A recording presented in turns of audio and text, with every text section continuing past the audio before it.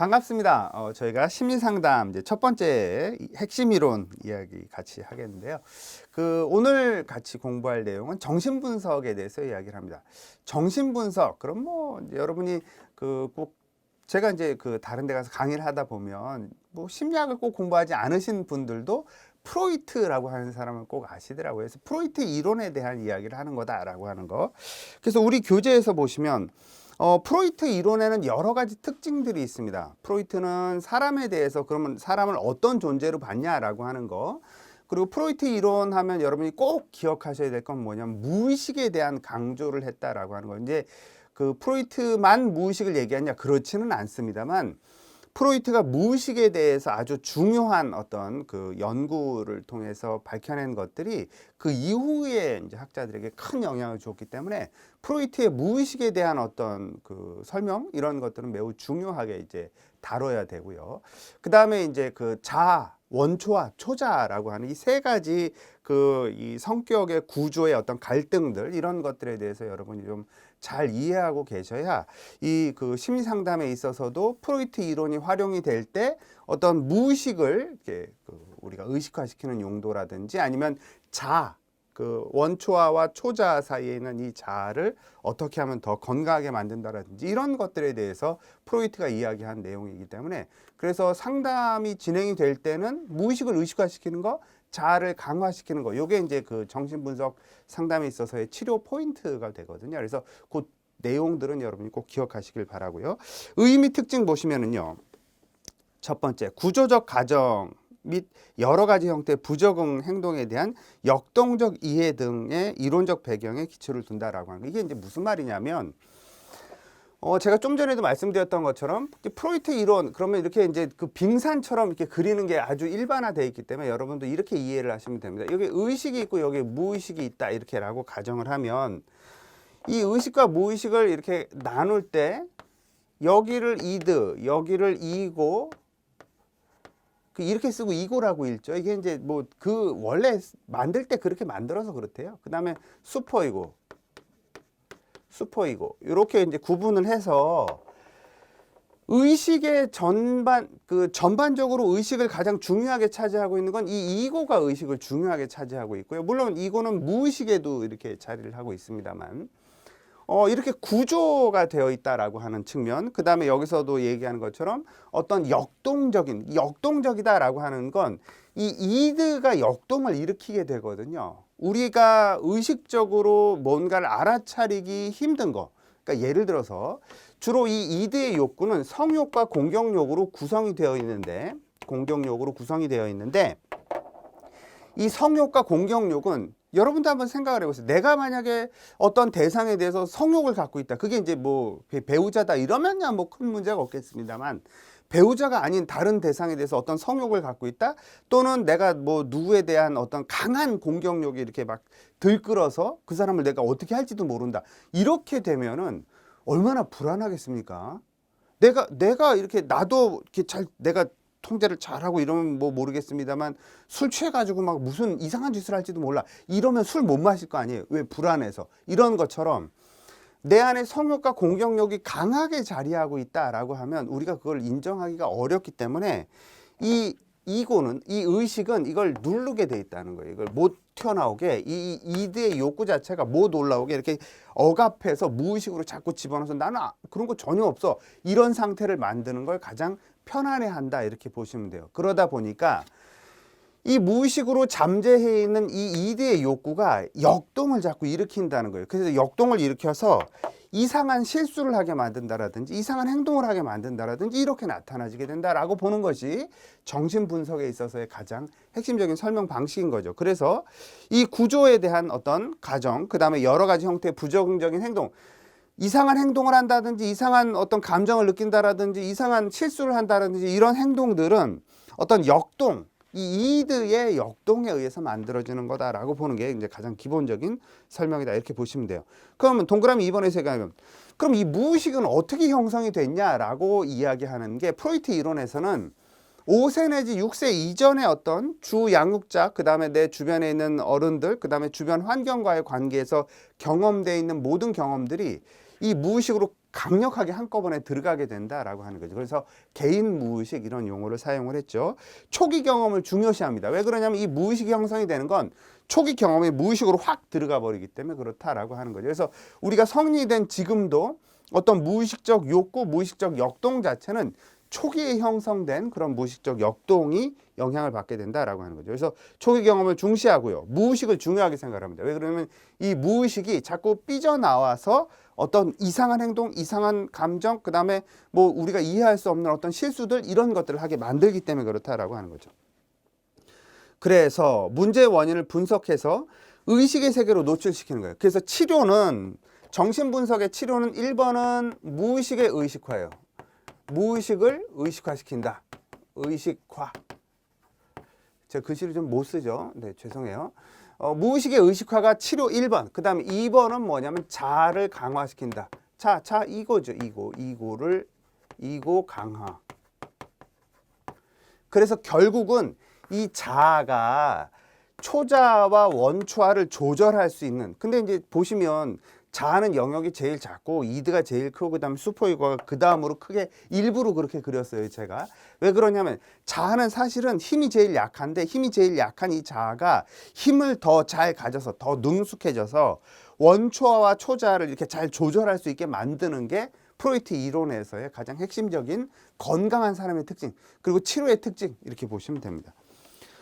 그래서 그 아래 동그라미 3번에서 얘기하는 것처럼 건강한 성격이라고 하는 것은 이 자아가 초자아와 원초아를 이렇게 건강하게 잘 조절할 수 있는 그런 기능을 갖게 되는 거 이런 것들을 얘기하는 거죠. 그래서 적절한 심리적 균형을 유지하도록 만든다라고 하는 겁니다. 그러면 무의식을 의식화시키는 게 치료 방법의 중요한 목표가 되는 거니까요. 동그라미 4번에서. 그래서 무의식적 자료에 접근하기 위해서는 다양한 치료 기법들을 사용해서 무의식적 자료에 접근하게 된다라고 하는 건 뒤에서 좀 더 자세히 다루고요. 그 다음에 동그라미 5번에서는 최근에 들어서는 정신분석이라는 용어보다는 정신역동이라는 용어를 많이 사용을 합니다. 정신역동 치료 뭐 이런 정신역동 심리치료 이런 용어들을 사용을 해요. 그러면 정신분석과 정신역동은 뭐가 다른 거야? 정신분석이라는 용어를 사용한 프로이트 이론만을 얘기하는 거다 이렇게 여러분이 생각을 하시면 되고요. 정신역동이라는 용어를 사용했을 때는 프로이트 이론을 포함해서 신프로이트 학파들 그래서 프로이트의 여러 제자들이 있잖아요. 그래서 프로이트의 여러 제자들이 치료 기법들을 다 묶어서 정신역동이라는 용어를 사용한다 이렇게 보시면 됩니다. 그래서 정신역동이라고 이야기를 할 때는 그럼 어느 범주까지 정신역동이야? 이거는 학자들마다 좀 다르게 분류를 해서 정확하게 여기까지가 정신역동이야 이런 건 없어요. 그런데 이제 어떤 학자들은 뭐 아들러나 뭐 융심리학이나 이런 것들도 다 정신역동에 넣고 그다음에 대상관계 치료 같은 거 이런 것도 정신역동에 넣는 학자들도 있고요. 어떤 학자들은 그걸 좀 분리해내는 이런 학자들도 있다 이렇게 보시면 됩니다. 그래서 프로이트의 영향을 받은 프로이트의 제자들의 치료 기법들을 다 포함한 것을 정신역동이라고 하는 게 가장 일반적이다 이렇게 보시면 되겠습니다. 그러면 이제 큰 2번의 과정을 보시면 이제 치료의 과정은 어떻게 진행이 되냐라고 하는 거예요. 그래서 첫 번째 단계는 초기 단계입니다. 초기 단계는 사실 정신역동 자체는 이 내담자가 정신역동 치료를 하기에 적절한가라고 하는 것을 판단을 해야 되는 그런 게 가장 이제 그 정신분석에 있어서 좀 특별한 그런 단계다 이렇게 보시면 돼요. 그래서 어떤 내담자가 왔을 때 이 내담자가 정신분석을 하는 게 맞나? 근데 이걸 봐야 되는 거죠. 정신분석이 적절하지 않은 내담자도 있다라고 하는 걸 전제하기 때문에 그렇습니다. 그 다음에 이제 그게 정신분석이 뭐 적절하겠다라고 판단이 된다면 상담자와 내담자 사이에 어떤 라포 관계, 보통 라포 관계, 그 치료자 그 내담자 관계 또는 뭐 신뢰 관계, 뭐 치료적 관계, 뭐 다양하게 설명을 합니다. 이런 신뢰 관계를 형성하고요. 그러고 나서 이 내담자를 치료를 해 나갈 때 가장 흔하게 사용하는 게 이제 자유현상 꿈 분석 이런 것들. 자유현상 꿈 분석은 뒤에서 이제 좀 치료 기법으로 설명을 하니까 그때 좀 더 설명을 해서 자유현상 꿈 분석을 하는 이유는 뭐냐면 1번을 하기 위해서입니다. 무의식을 의식화시키는 거예요. 자유현상을 하든 꿈 분석을 하든 그래서 내 무의식적 자료가 내 무의식적 역동이 어떤 역동이 있나라고 하는 것들을 이렇게 찾아가는 그런 방법이 자유현상 꿈 분석 이런 것들이 된다 이렇게 보시면 됩니다. 그래서 그런 것들을 통해서 이제 심리적 문제를 드러내는 거고요. 그 다음에 이제 상담자는 내담자에 대해서 아주 수용적인 이런 자세를 보입니다. 그래서 치료 동맹이 점점 깊어지면 프로이트 이론에서는 내담자가 상담자에게 전의를 일으켜야 되는 걸 매우 중요하게 이야기를 합니다. 전의가 뭔지는 뒤에서 또 설명을 드릴 거니까 이제 그때까지 조금 궁금하시더라도 참고 계시고, 내담자가 상담자에게 전의를 일으킬 수 있는 충분한 관계가 형성이 돼야 된다. 충분한 관계가 형성이 돼야 된다는 무슨 말이냐면, 신뢰관계가 충분해야 전의가 나타나요. 이 내담자가 상담자에 대한 신뢰가 충분하지 않으면 전의가 안 일어나기 때문에, 그래서 첫 번째 단계에서는 신뢰가 충분히 잦아 들어가서 충분히 이렇게 딱 이렇게 충분한 상태까지 돼서 내담자가 상담자에게 전의를 일으킬 수 있는 그런 준비가 딱 돼야 된다라고 하는 게 1단계에서 이야기를 하는 거고요. 그 다음에 2단계에서 바로 전의 단계입니다. 2단계에서 바로 전의가 일어나는 거예요. 전의라고 하는 걸 뭐라고 이야기하냐면, 뒤에서 좀 더 자세히 이야기를 합니다만, 간단하게 말씀드리면, 내담자가, 전의는 주어가 내담자가로 시작이 되는 거예요. 내담자가, 우리가 이제 이 무의식이 형성되는 건 어렸을 때 경험을 통해서 이렇게 그 한꺼번에 개인 무의식이 확 형성이 된다 이렇게 말씀드렸잖아요. 그러면 이 무의식이 문제가 되는 거기 때문에, 내담자의 이 무의식의 주요 재료는 어렸을 때 주 양육자와의 관계에서 해결되지 않은 문제가 주 재료가 되겠죠, 당연히. 그러니까 만약에 이제 제가 내담자라고 가정을 하자면, 제가 어렸을 때 아버지로부터 별로 인정을 못 받았어. 그래서 인정을 받고 싶은 그런 게 마음이 많은데 인정을 못 받아서 그게 막 이렇게 이제 내 어려움이 됐어. 근데 이게 무의식으로 확 들어갔어. 그래서 어른이 된 지금에는 아버지가 나를 어렸을 때 인정을 안 했지, 그래서 내가 아버지를 미워할 거야, 이렇게 되는 게 아니라, 어떤 도덕, 그 다음에 이렇게 남들의 시선, 이런 것들 때문에 아버지에게 되게 공손하게 예의 바르게 이렇게 대하기는 하지만 아버지가 이렇게 따뜻하게 느껴지진 않아. 이런 게 있을 수 있잖아요. 그러면 이게 왜 그러냐면, 아버지에게 되게 예의 바르게 하기는 합니다만 정말로 이렇게 아버지에게 내가 친근하게 다가가냐? 그렇지는 않아. 아버지가 정말 원하는 걸 내가 이렇게 잘 맞춰주거나 그렇지는 않아. 왜 그러냐면, 내 마음 깊은 곳에 이제 어떤 무의식적인, 아버지에게 더 다가가지 못하게 만드는 어떤 무의식적인 뭔가가 있으니까 그럴 가능성이 높지 않습니까? 그럼 제가 이제 정신분석을 받으러 갔어. 그러면 이 상담자가 저한테 충분히 라포 관계, 신뢰 관계를 형성해 주면 제가 전의를 일으킨다는 거예요. 어떻게 전의를 일으키냐면, 어렸을 때 아버지와의 관계에서 내가 받지 못한 이 아버지에 대한 인정, 아버지에 대한 사랑, 이게 이 상담자에게 덮어 씌워져서, 마치 이 상담자가 내 아버지인 것처럼 내가 덮어 씌워서 이 상담자에게 내가 잘해서 인정받으려고 한다라든지, 아니면 이 상담자가 나를 인정하지 않는 것 같을 때 내가 막 이게 네가 상담자냐 이러면서 공격을 한다라든지, 상담자를 상담자로 대하는 게 아니라 어렸을 때 내가 해결되지 않은 그런 감정을 가진 아버지인 것처럼, 아버지 상을 이 사람에게 덮어 씌워서, 상담자에게 덮어 씌워서 마치 이 사람이 아버지인 것처럼 내가 대하는 것, 이게 바로 전의, 이렇게 얘기하는 겁니다. 그러니까 전의는 우리가 문장으로 정리를 하자면, 내담자가 어렸을 때 주 양육자 또는 중요한 인물과의 관계에서 해결되지 않은 문제를 지금 상담자에게 이렇게 투사를 해서 덮어 씌워서 투사를 해서 마치 이 상담자가 어렸을 때 중요한 인물이었던 것처럼 관계를 재현해서 문제를 해결하고자 하는 시도를 하는 것을 전의, 이렇게 얘기를 하는 거예요. 그러니까 이 상담자가 충분히 어떤 신뢰관계가 돼야 전의가 일어난다, 이렇게 말씀드렸습니다. 충분히 신뢰관계가 안 되면 전의가 안 일어나요.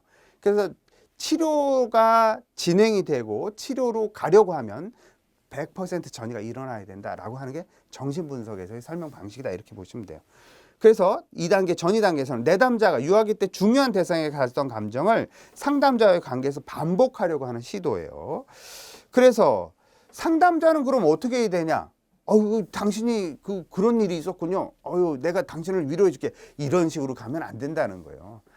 사실은 이렇게 내담자가 상담자에게 전의를 일으켰을 때, 상담자는 내담자의 이 전의를 좌절시켜라는 거예요. 받아주면 안 된다. 이게 1번 원칙입니다. 전의를 대처하는 1번 원칙은, 상담자의 전의에 대한 1번 원칙은 내담자의 전의를 받아주면 안 된다. 그 전의를 받아주면 역전의가 된다, 이렇게 표현을 하거든요.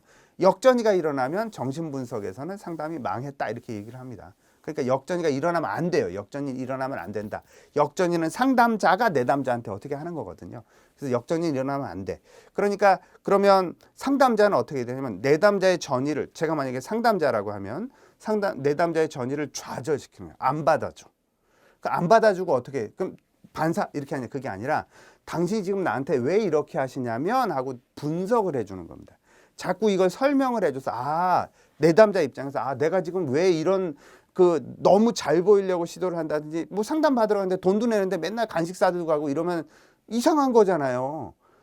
상담자한테 내가 잘 보이려는 시도를 하니까 뭐 간식도 사들고 가고 막 이렇게 잘 계셨냐고 막 이렇게 인사도 하고 하는 게 왜 내가 왜 그래? 그럼 상담자에게 내가 잘 보이려고 하니까 그러니까 내가 그런 행동들을 하는 거겠죠. 아니면 조금만 이러면 막 공격을 해.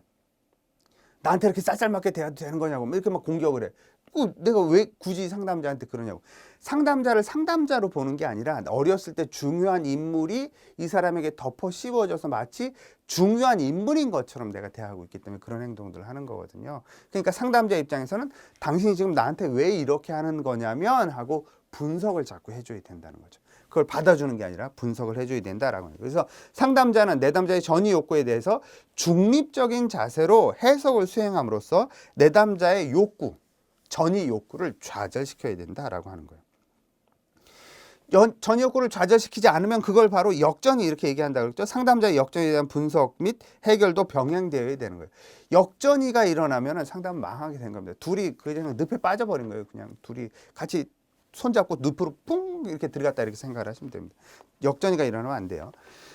전이를 잘 분석을 해주면 3단계로 넘어가게 된다는 겁니다. 그래서 통찰 단계는 내담자가 자신의 부정적인 감정이 애정과 의존 욕구의 좌절에서 비롯되는 것임을 깨닫게 됩니다.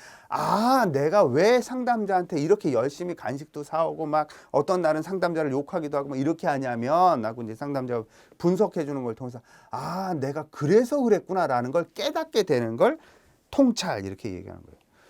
그래서 내담자는 상담자에게 자신의 욕구가 좌절된 것에 대한 반감을 표시할 수도 있어요. 통찰이 다 일어나기 전에는 반감을 표시할 수도 있습니다. 근데 이제 통찰이 일어났어요. 분석을 해줘. 전이 분석을 해줘서 내가 지금 왜 이렇게 하는 거냐면 내가 알아차려졌어. 이게 충분히 통찰이 되면 이해가 되는 거죠. 그러면 4단계, 훈습 단계로 넘어가게 된다는 겁니다. 훈습 단계로 넘어갔다라고 하는 것은 이런 거죠. 지금 제가 상담자한테 이렇게 잘 하려고 하고 그다음에 괜히 상담자가 조금만 이렇게 나를 인정하지 않는 것 같으면 내가 서운해하고 이런 모습이 내가 어렸을 때 아버지한테 인정받지 못해서 이런 게 나오는 거구나 라는 걸 제가 통찰을 통해서 깨달았잖아요. 그러면 이제 다시 생각을 해보는 거예요. 제가 만약에 내가 그러고 보니까 대학생 때 선배들한테 그렇게 인정받으려고 애를 쓰고 선배들이 조금만 나를 인정 안 해주는 것 같으면 내가 막 그 선배들 욕하고 다니고 뭐 이랬던 게 그래서 그런 거구나. 그리고 지금 내가 직장 생활하는데 직장 상사한테 내가 이렇게 하는 것도 그래서 그런 거구나. 또는 내가 지금 동아리 뭐 어떤 동호회 뭐 활동을 하는데 거기에서 이제 나보다 나이 많은 어떤 회장 이런 분들한테 내가 이렇게 애 쓰는 것도 이래서 이런 거구나라고 하는 이런 게 이제 통찰이 일어난 걸 내 생활 여러 측면에 있어서 적용을 하는 거 이게 바로 훈습 이렇게 얘기할 수 있습니다. 그래서 훈습 단계에 보시면 전에 대한 통찰을 토대로 해서 내담자로 하여금 자신의 행동과 태도를 변경하도록 유도하는 거고요. 그 다음에 내담자가 통찰한 것을 실제 생활로 옮길 수 있도록 그래서 내가 정말 이 사람들한테 인정을 받기 위해서 그러는 게 아니라 정말 내 어떤 목표, 내 욕구 그 다음에 내 어떤 원함을 가지고 내가 활동을 해야 되는 거구나 라고 하는 이런 깨달음을 얻어서 삶을 바꿔나갈 수 있도록 도와주는 것 이걸 바로 훈습 이렇게 얘기하는 겁니다. 그래서 단계는 초기 단계, 전이 단계, 통찰 단계, 훈습 단계 이렇게 진행이 되는 게 가장 전형적인 정신분석 치료 단계다 이렇게 보시면 되고요. 그 다음에 이제 큰 3번에 상담 과정에서 전이와 해결 방안 전이라고 하는 것은 아까도 말씀드렸습니다. 내담자가 일으키는 거다라고 하는 거. 그래서 어린 시절에 중요한 대상과의 관계에서 해결되지 않은 어떤 문제, 해결되지 않은 어떤 감정을 지금 상담자에게 덮어 씌워서 투사해서 그걸 자꾸 재현하고 해결하려고 하는 시도를 하는 걸 전이 이렇게 얘기를 합니다. 동그라미 2번에서 보시면 전이는 그럼 어떻게 해석을 하냐? 저는 분석해서 해결이 된다라는 거죠. 내담자가 제가 이제 상담자라면 내담자가 상담자에게 그렇게 자꾸 전이를 일으킬 때 이거를 받아주는 게 아니라 분석해 줘야 된다. 전이는 좌절시켜야 된다라고 여러 번 말씀드렸습니다. 전이는 분석해서 내담자가 통찰이 일어나도록 도와줘야 되는 거고요. 상담자는 애정, 욕망, 기대, 적개심 등 내담자가 과거에 중요한 대상에게 가졌던 감정을 상담자에게 자꾸 표현하도록. 그래서 저한테 그러지 마세요. 이거는 안 된다는 거예요. 전이가 일어났다라고 하는 것은 치료가 잘 되고 있다라고 하는 걸 얘기하는 거기 때문에 당신이 저한테 이제 이런 감정을 느끼시는 것 같아요. 그 감정을 충분히 표현할 수 있도록 잘 도와주는데 대신에 그 감정을 받아주진 않는다고. 당신이 저한테 이런 그 섭섭한 또는 당신이 저한테 그 서운한 이런 감정을 느끼는 이유는 뭐냐면 이렇게 이제 자꾸 해석을 해줘야 된다 이렇게 보시면 됩니다. 그래서 상담자는 내담자의 전이에 휩쓸리지 않는 거, 이거 역전이라고 말씀드렸습니다. 휩쓸리지 않는 걸 되게 중요하게 여러분이 보시면 됩니다. 그래서 해석을 통해서 전이를 좌절시켜야 되는 게 되게 중요한 요소고요. 상담자는 내담자에게 전이를 각성하도록 해서 문제와 밀접하게 연관되어 있는 과거 경험, 갈등들에 대해서 통찰이 일어나, 해석을 통한 통찰이 일어나야 된다라고 하는 거죠. 그리고 이제 집단 상담에 만약에 이제 우리가 집단 상담을 진행을 한다 그러면 이 집단 상담 안에서 훈습이 일어날 수 있도록 도와주는 거죠. 그래서 내가 그러고 보니까 다른 사람하고의 관계에서도 그런 경험을 한 적이 있어요. 이런 것들을 깨달을 수 있도록 도움을 주는 게 필요하다. 그래서 과거 행동 유형을 해결하고 새로운 선택을 하도록 도와주는. 그래서 내가 온전히 이고가 온전히 기능하는 상태에서 그러면 내가 어떻게 할 것인가라는 걸 스스로 선택해서 선택할 수 있도록, 행동할 수 있도록 도와주는 이런 것들이 필요합니다. 이제 큰 4번에서 보시면 상담 과정에서 역전이와 해결 방안이라고, 역전이가 발생하면 상담 망한다라고 말씀드렸습니다. 그래서 사실 상담자들은 역전이가 발생하지 않도록, 정신분석 용어로 이야기를 하자면 역전이가 발생하지 않도록 이제 상당히 주의를 기울여야 되는 게 이제 역전이의 문제다 이렇게 보시면 돼요. 그래서 동그라미 1번에 역전이의 의미 보시면 역전이는 주어가 상담자 가로 시작이 되는 겁니다. 전이는 내담자 가로 시작이 된다 이렇게 말씀드렸죠. 역전이는 상담자가 내담자와의 관계에서 이전에 다른 사람에게 가졌던 동일한 감정을 내담자에게 갖게 되는 현상을 역전이 이렇게 얘기를 하죠. 그러니까 제가 이제 상담자라고 가정을 하면 어떤 내담자가 저에게 전이를 일으켜요. 전이를 일으키지 않은 상태에서도 역전이가 일어날 수 있냐? 역전이가 일어날 수 있기도 합니다만 전형적인 케이스는 내담자가 전이를 일으켰을 때 거기에 대해서 상담자가 역전이로 맞대응하게 되는 게 가장 전형적인 케이스다 이렇게 보시면 돼요. 그러니까 내담자가 상담자에게 전이를 일으켰을 때 상담자가 마치 그 사람이 지금 이 내담자가 상담자, 그러니까 제 입장에서 과거에 어떤 경험했던 다른 사람인 것처럼 제가 이 사람을 왜 그러냐면 이 내담자는 내가 만난 지 얼마 안 됐거든요. 뭐 우리가 예를 들어서 상담을 5회기 했다 그래도 한 회기당 1시간 계산하는 거니까 5시간 이 사람 만나고 내가 이 사람 얼마나 알겠어? 잘 모르겠죠. 5시간 만나고 우리가 그 사람을 얼마나 안다 그러면 뭐 얼마나 알겠어? 이런 생각을 대번에 하실 거 아닙니까? 그러니까 뭐 5번, 6번 만나고 나서 이 사람이 전이를 일으켰을 때 상담자가 이렇게 역전이가 일어나는 건 이 사람에 대해서 잘 모르는데 옛날에 만났던 누구인 것처럼 내가 이렇게 덮어 씌워서 이 사람을 대하고 있다라는 얘기를 하는 거잖아요. 그게 바로 역전이다 이렇게 얘기를 하는 겁니다. 그러니까 예전에 가졌던 어떤 과거 인물과의 관계에서의 어떤 경험 이런 것들을 이 사람에게 덮어 씌워서 이 사람이 마치 그 사람인 것처럼 내가 대하고 있는 거, 이걸 역전이 이렇게 얘기를 하고요. 또 다른 역전이에 대한 정의 하나는 뭐냐면 지금 내담자는 전이를 일으킨 거잖아요. 저한테 전이를 일으켰어. 그러면 제가 좀 전에 말씀드린 예로 한다면 이 내담자는 제가 마치 이 사람의 아버지인 것처럼 전이를 일으켰다라고 가정을 하자는 거지. 그럼 아버지인 것처럼 전이를 일으켰을 때 내가 마치 아버지가 된 것처럼 이 사람한테 대하는 거죠. 너 나한테 왜 이런 식으로 하는 거니? 뭐 이런 느낌인 거죠. 그러니까 그렇게 말은 안 하겠지만 당신 정신 차리세요. 아니 상담자인 나한테 감히 이렇게 할 수 있어요? 이런 식으로 내가 막 강한 권위를 드러내고 뭐 이렇게 한다라고 하는 것은 마치 이 사람에게 있어서 제가 아버지인 것처럼 이렇게 이제 대하는 거죠. 이것도 역전이다 이렇게 얘기하는 거예요. 그러니까 두 가지로 얘기를 할 수 있는 겁니다. 상담자가 과거에 어떤 경험이 있는 이 사람, 다른 사람하고의 관계, 이걸 이 사람에게 덮어 씌워서 역전이가 일어나는 것도 역전이 이렇게 얘기를 하고요. 내담자가 일으킨 전이의 그 대상이 된 것처럼 내가 태도를 하는 것도 역전이 이렇게 얘기를 한다 이렇게 보시면 돼요. 그래서 그 역전이는 두 가지 측면에서 우리가 생각을 해볼 수 있습니다. 그래서 여기서 이제 우리 교재에 보시면 상담자가 내담자의 관계에서 이전에 다른 사람에게 가졌던 동일한 감정을 내담자에게 갖게 되는 여기의 관계를 여기다 덮어 씌운 거 전형적인 역전이고요. 그래서 내담자의 태도 및 외형적 행동에 대해서 상담자의 개인적인 정서적 반응이다. 투사로 나타나게 되는 거예요. 그래서 역전이가 일어나면 왜 안 되냐면 사실은 내담자가 내담자의 문제를 이렇게 통찰할 수 있도록 도움을 줄 수 없다는 거예요. 이 사람은 무의식적인 어떤 역동에 의해서 나한테 그런 행동 또는 그런 태도를 보인 건데 상담자도 무의식적 역동에 의해서 어떤 행동을 한다면 이건 다 무의식에 빠져버린 거지. 치료는 무의식을 의식화시켜야 되는 거라니까. 무의식을 의식화시키기 위해서는 이 사람이 무의식에서 빠져나오세요 이렇게 해줘야 되는 거기 때문에 통찰을, 해석을 통한 통찰이 일어나도록 만들어줘야 된다는 거예요.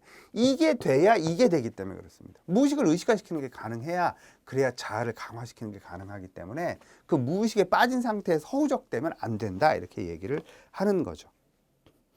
그래서 역전이는 상담자로 하여금 내담자를 마치 자신의 과거 경험 속 인물로 착각하도록 해서 무의식적으로 반응하도록 하면서 현실에 대한 왜곡을 야기할 수 있습니다. 그래서 이제 역전이를 해결하는 방법은 뭐냐면 사실은 이제 초급 상담자들 같은 경우 역전이가 발생되는 경우가 좀 많아요. 그래서 역전이에 대한 전형적인 해결 방안은 슈퍼비전을 받아라라고 하는 거예요. 그래서 우리 교재에서도 이야기한 것처럼 자기 분석을 한다라든지 아니면 교육 분석을 한다라든지 슈퍼비전을 받는다라든지 이런 걸 통해서 슈퍼바이저가 상담자가 내가 못 보고 있는 측면들에 대해서 지금 역전이가 일어났네요. 좀 이렇게 상담자가 정신을 차리셔야 될 것 같아요. 이렇게 이제 자꾸 얘기해주고 통찰이 일어나도록 분석해 주는 것에 대해서 잘 배워야 이 상담자 내담자 관계에서 역전이가 발생하지 않을 수 있다라고 하는 거죠.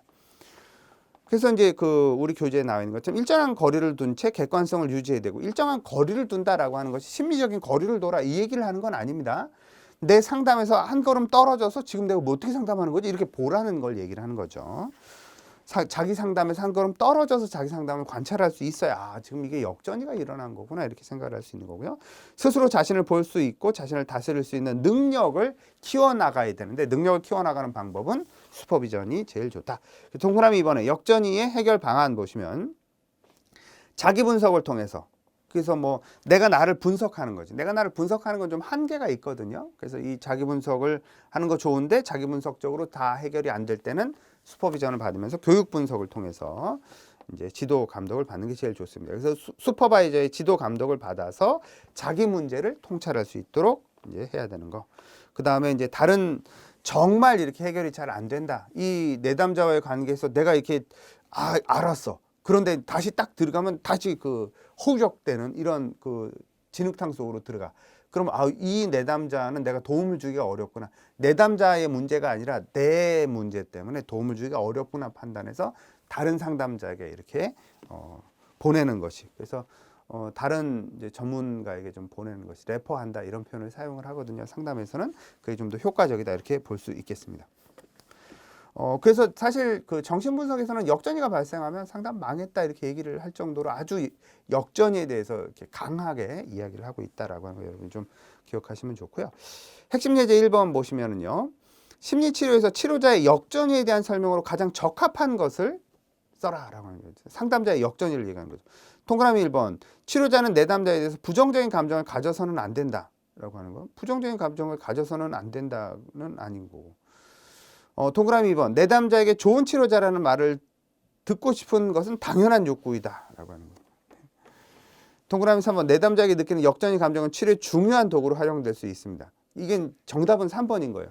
왜 이렇게 얘기를 하냐면 상담자에게 어떤 역전의 감정이 일어난다라고 하는 것은 내담자가 전이를 일으키고 있다라는 거거든요. 그래서 이 역전의 감정, 이 내담자가 너무 이렇게 내가 힘들어, 너무 이렇게 싫어, 또는 너무 좋아. 이거 둘 다 역전일 가능성이 있다는 거예요. 그래서 너무 상담이 기다려져. 이것도 역전이고요.